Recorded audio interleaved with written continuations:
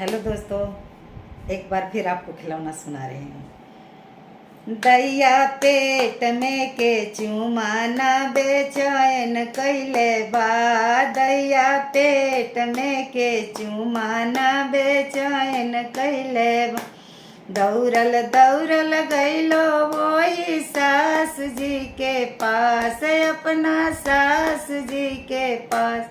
दैया उहो ना समझली हमरा पेट में के हाल। दैया उहो ना समझली हमरा पेट में के हाल।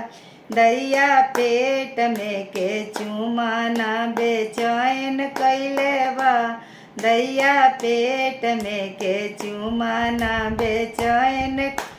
दौड़ल दौड़ल गैलो वही जेठानी के पास, वही जेठानी के